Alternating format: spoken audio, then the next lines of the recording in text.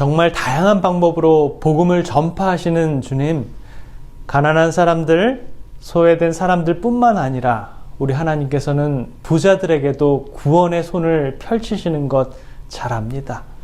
오늘 이 시간을 통해 부자들을 위한 하나님의 마음을 이해하는 그런 귀중한 시간 되도록 주님, 저희들을 인도하여 주시옵소서.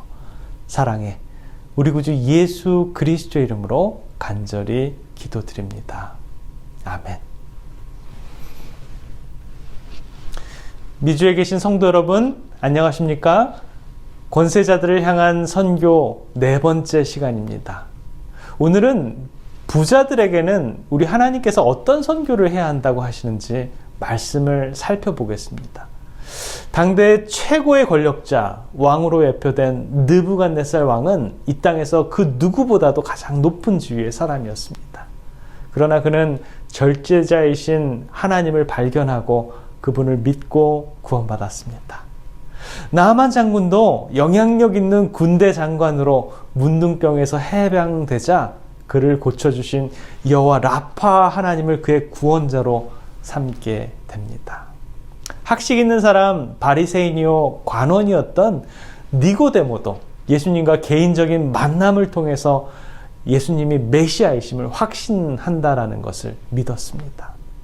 그렇다면 부자로 대표되었던 젊은 부자 관원도 우리 주님을 구원의 주로 받아들였을까요?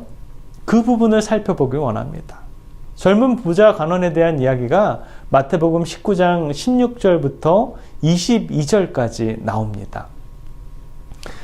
어떤 사람이 주께 와서 가로되 선생님이여 내가 무슨 선한 일을 하여야 영생을 얻으리이까?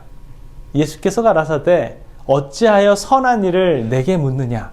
선한 이는 오직 한 분이시니라. 내가 생명에 들어가려면 계명들을 지키라. 가로되 어느 계명이뇨니까? 예수께서 가라사대 살인하지 말라, 간음하지 말라, 도적질하지 말라, 거짓 증거하지 말라, 내 부모를 공경하라, 내 이웃을 내 몸과 같이 사랑하라 하신 것이니라. 그 청년이 가로되 이 모든 것을 내가 지켰사오니 아직도 무엇이 부족하니까? 예수께서 가라사대 내가 온전하고자 할진대 가서 내 소유를 팔아 가난한 자들을 주라. 그리하면 하늘에서 보화가 내게 있으리라. 그리고 와서 나를 쫓으라 하시니 그 청년이 재물이 많음으로 이 말씀을 듣고 근심하여 가니라. 이 청년에게 구원이 임했는지 안 임했는지는 알지 못하지만 예수님의 말씀을 듣고 그는 재물이 많음으로 근심하여 갔다라고 합니다. 성경에도요, 낙타가 바늘기로 들어가는 것이 부자가 하나님의 나라에 들어가는 것보다 쉽다라고 얘기를 합니다. 위의 말씀들을 귀추해 보면 구원은 부자와 거리가 먼 것 같은 느낌도 듭니다. 그래서 잠언 30장의 아굴의 기도에 보면 내가 2가지를 주께 구하였사오니 내가 죽기 전에 내게 거절하지 마옵소서. 곧 헛된 것과 거짓말을 내게서 멀리하옵소서. 나를 가난하게도 마옵시고 부하게도 마옵시고 오직 필요한 양식으로 나를 먹이시옵소서라고 했습니다. 너무 부유하지도 너무 가난하지도 않게 해달라고 기도하는 것을 보게 됩니다. 그렇지만 우리가 말하기를 모든 부자들은 나쁘다, 구원에서 멀다 라고 얘기하는 것은 좀 어폐가 있는 것 같습니다. 왜냐하면 많은 믿음의 노독들 중에 정말 큰 부자들도 많이 등장합니다. 어떤 부자들이 하나님께 헌신할 때 정말 큰 영향력을 발휘하기도 하고요.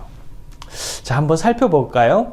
누가복음 19장에 등장하는 삭개오와 마태복음 16장의 젊은 부자 관원은 똑같은 부자인데 삭개오에게는 구원이 임함을 보게 됩니다.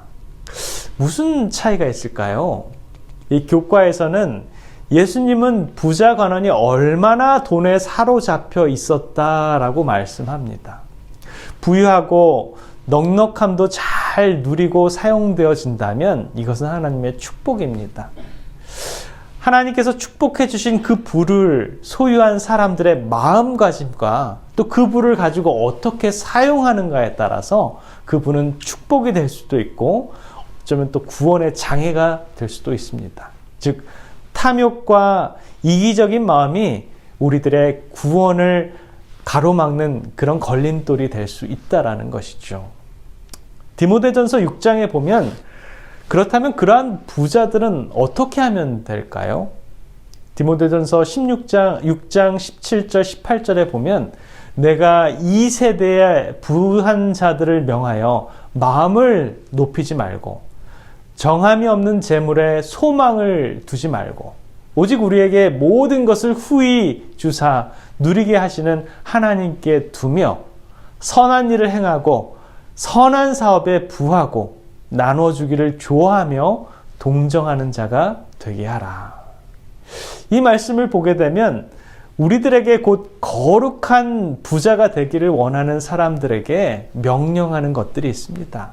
하나님께서는 부한 자들의 명령하셨다는 말은 부자들을 인정하시고 그러한 사람들이 꼭 필요하다라는 것을 보여주는 것이죠. 하나님께서는 그러한 부자들에게 몇 가지를 부탁하셨는데요. 마음을 높이지 말고 교만하지 말라. 소망을 오직 하나님께로 두라. 선을 행하고 선한 사업을 많이 하라. 나눠주기를 좋아하며 너그러운 자가 되라. 라고 이렇게 얘기를 합니다. 영감의 교훈에 보면 부자들에게도 똑같은 복음이 전해져야 함을 언급합니다. 빈부 귀천 없이 만민에게 복음을 전해야 한다라는 제목하에 이런 말씀을 합니다. 그분은 너희는 가서 모든 족속을 가르치라.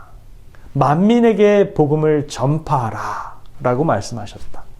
제자들이 이 말씀의 깊은 뜻을 깨달을 수 있도록 이 말씀이 여러 번 반복되었다.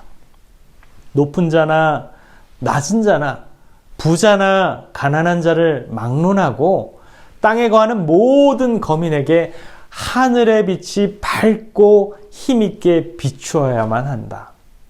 하나님께서는 제자들은 세상을 구원하는 사업에 있어서 저희 구주와 동역자가 되어야만 한다라고 시대의 소망 818페이지에는 저와 여러분들에게 이렇게 권면합니다.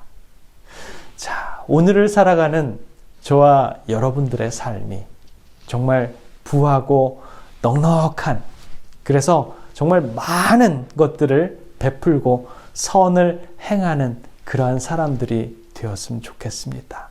또한 저와 여러분들이 그러한 부한 자들에게 정말 복음을 전하여서 그런 사람들도 하나님의 복음을 듣고 회개하고 주님의 일에 함께 동역하는 그러한 동역자가 되었으면 좋겠습니다. 오늘을 하루를 살아갈 때에도 하나님께서 동행하시는 저와 여러분들의 삶이 되시길 바라면서 말씀을 드리겠습니다. 기도하겠습니다. 사랑의 아버지 하나님, 가난한 자, 소외된 자뿐만 아니라 부자들의 구원까지도 관여하시는 우리들의 아버지. 그들의 마음을 높이지 말고 교만하지 말며 소망을 오직 하나님께 두어서 선을 행하고 너그러운 부자들 되도록 주님 인도하여 주시옵소서. 저희들이 그들을 선교할 때도 주님 저희들의 기도에 응답해 주셔서 그들과 협력하는 저희들 되도록 주님 인도하여 주시옵소서. 사랑해 우리 구주 예수 그리스도의 이름으로 간절히 기도드립니다. 아멘.